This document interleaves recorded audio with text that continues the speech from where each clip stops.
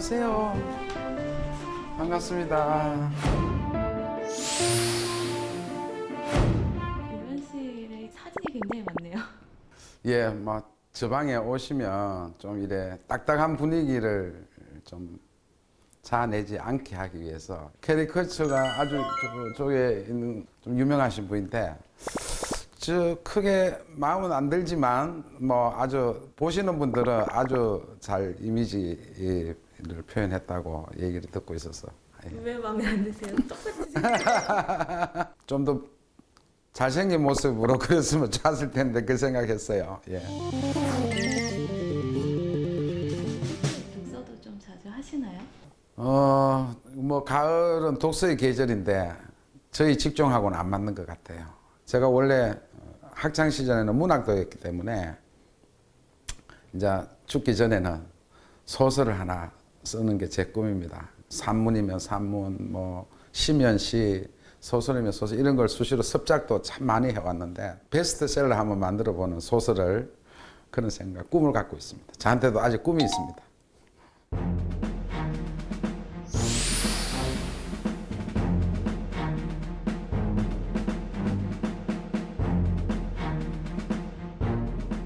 오늘 소개시켜 주실 내 인생의 책 뭔가요?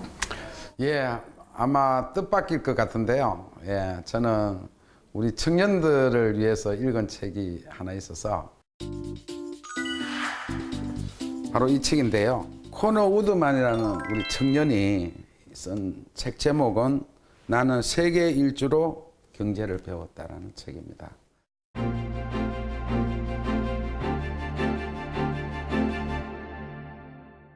이 책은 진짜 보면 볼수록 빠져들어갑니다. 첫째로는 각국의 이런 실제 사람들이 살아가는 모습이 기술이 돼 있어요. 두 번째, 이 작가가 실제로 그 나라의 물건을 사가지고 또 파는 과정에서 손해보거나 또 이익을 내거나 이런 과정을 그려놨는데 그거를 고스란히 우리가 이 책에서 우리가 배울 수가 있다. 그래서 너무너무 이 도전의식이 강한 이 청년, 그걸 우리 대한민국 우리 아들, 딸들이 좀 배웠으면 좋겠다.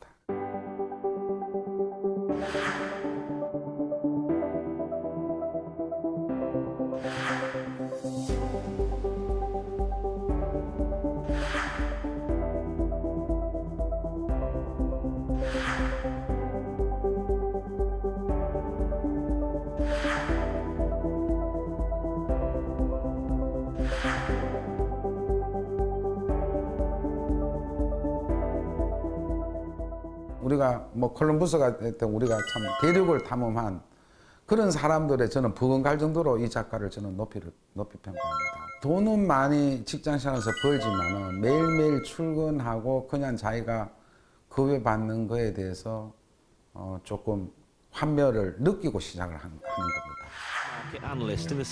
우리 돈으로 한 5천만 원을 준비해가지고 여러 나라를 돌면서 한 번씩 직접 수익을 남겨보는 걸 체험을 해보겠다라고 뛰어든 아주 가치 있는 우리 모험이다.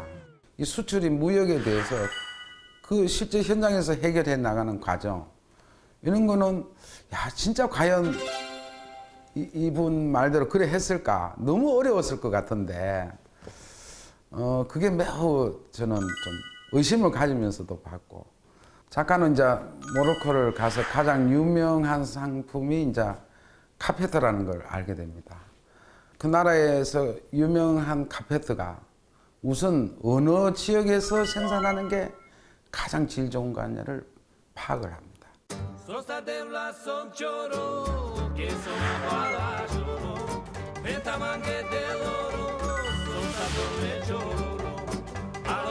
사막을 가로질러 하루를 꼬박 달리고 난 뒤 어스름해질 무렵 산자락에 도착했다.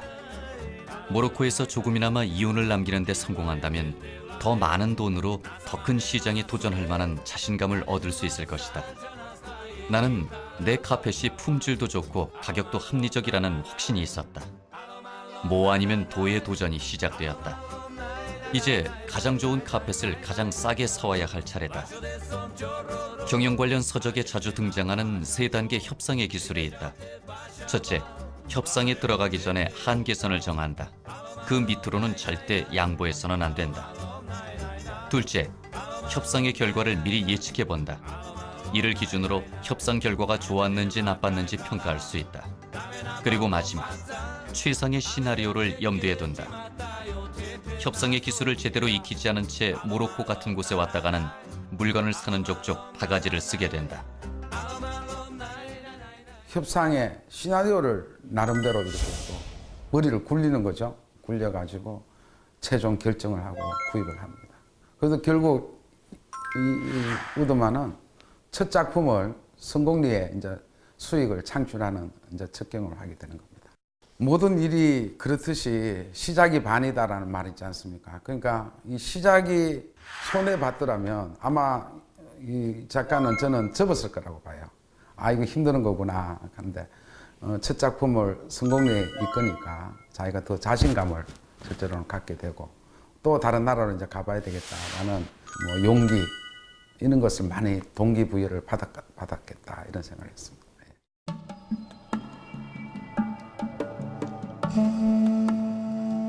에스키모인에게 얼음을 판다는 말은 세일즈나 마케팅에서 흔히 쓰인다.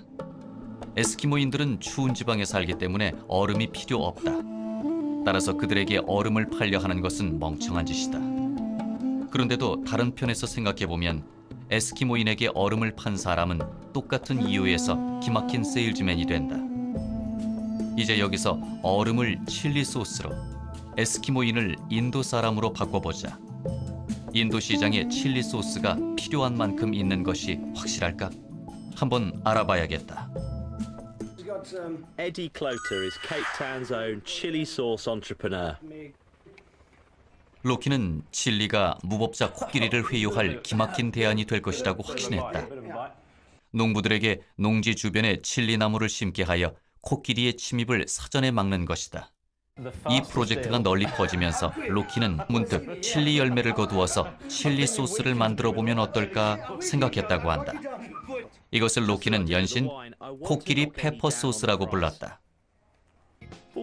나는 다음 여행지인 인도로 갈 때 그 상품을 실어가고 싶다고 말했다. 인도는 비집고 들어가기가 힘든 시장이지만 코끼리 페퍼의 브랜드 가치와 숨은 이야기가 힘을 합치면 단단한 얼음도 충분히 깰 수 있을 것이다.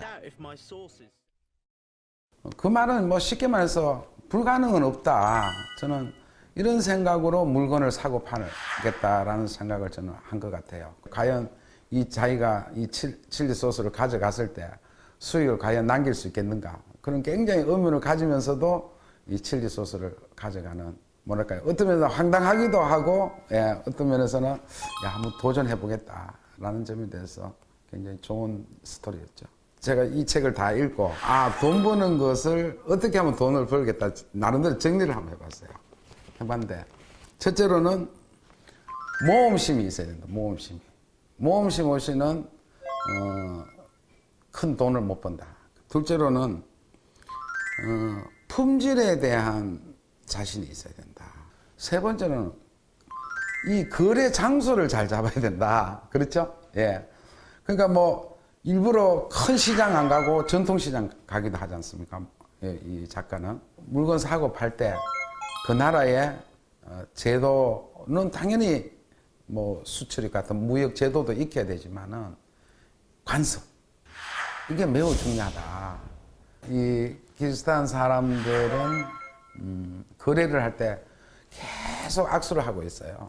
이제 계속 협상 중에 악수를 손을 놓지 않는 겁니다. 손을 놓으면 이제 거래가 이제 안 한다는 결과가 되고.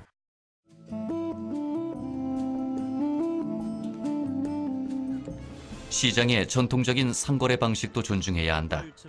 흥정이 시작되면 당사자 두 사람이 굳게 악수를 한다. 그런 다음 번갈아가며 가격을 제시하는데 이때 거래가 끝나기도 전에 악수를 풀어버리는 것은 무례하다고 여겨진다. 일단 가격을 제시했으면 합의를 보려고 노력해야 한다. 상대의 제안을 못 받아들이겠으면 팔에 힘을 풀어 악수가 소용없게 만든다. 그렇지 않으면 그대로 힘을 주어 악수하면서 다른 가격을 제시한다. 무슨 일이 있어도 잡은 손을 빼선 안 된다. 무엇보다 안 좋은 점은 일단 흥정에 들어가면 진정 살 마음이 있는 사람도 옆에만 서 있을 뿐 흥정에 끼어들 수가 없다는 것이다. 이렇게 아까운 시간만 다 까먹고 날이 어두워지도록 말은 팔지 못하게 된다고 한다. 기가 잔뜩 꺾이는 얘기였다. 약하게 잡으면 자기 마음에 안 든다. 이제 이런 표현이 되고, 예. 좀 세게 잡으면 이게 내 마음과 좀 가까이 왔다. 이런 표현이 있기 때문에 서로 살려는 사람, 팔려는 사람이 그 손을 잘 잡는 스킬도 필요하다는 거죠. 글의 형태가 아주 독특하고 재밌게 봤습니다. 예. 우리나라에서 악수 제일 많이 하는 사람이라고 하면 국회의원. 그렇다고 봐야죠. 예. 우리는 손을 잡으면 지역의 우리 주민들께서 이분이 내 표다 아니면 상대방 표다 뭐 그걸 다 안다고 의원들이 많이 얘기하세요. 근데 제가 좀 당황스러운 거는 저희들은 그래도 꼭 잡아줘야 예의를 지키는 거라고 생각하는데 너무 꼭 잡아가 손 아파요 갈 때가 제일 예, 당황스러울 때 있었는데 그래도 저의 마음입니다 이렇게 하고 할 때가 또 악수의 에피소드죠. 예.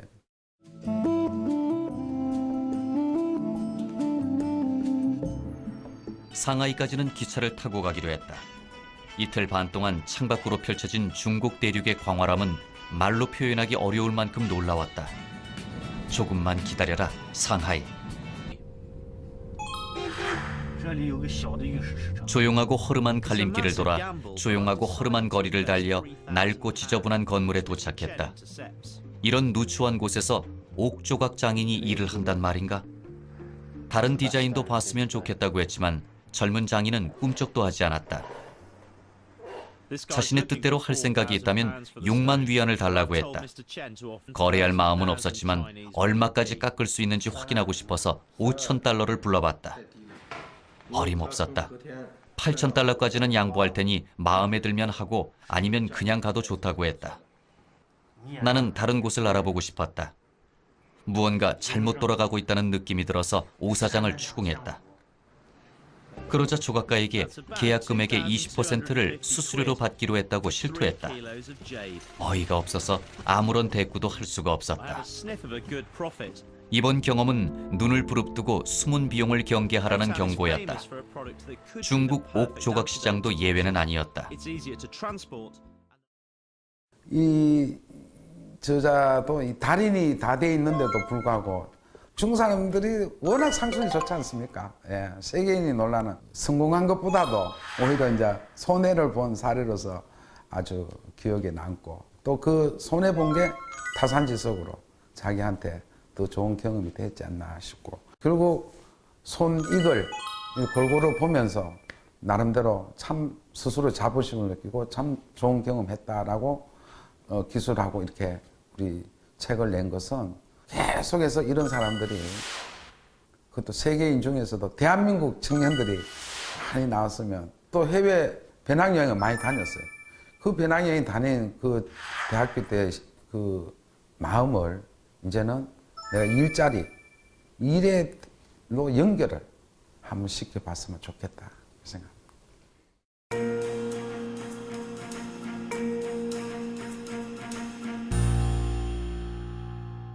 이 사람도 왜 그래 하루에 100만 원 버는 사람이 왜 이런 모험심을 가져? 돈 버는 게 얼마나 소중한 건가 이걸 가르쳐 준 거거든요. 직접 월급 받는 개념이 아니고 우리 청년들이 조그만 데서 읽어서 그야말로 우리가 도전하는 정신을 한국 청년들에게 야망을 갖게 하는데 도움이 되리라 생각하고 추천하는 겁니다.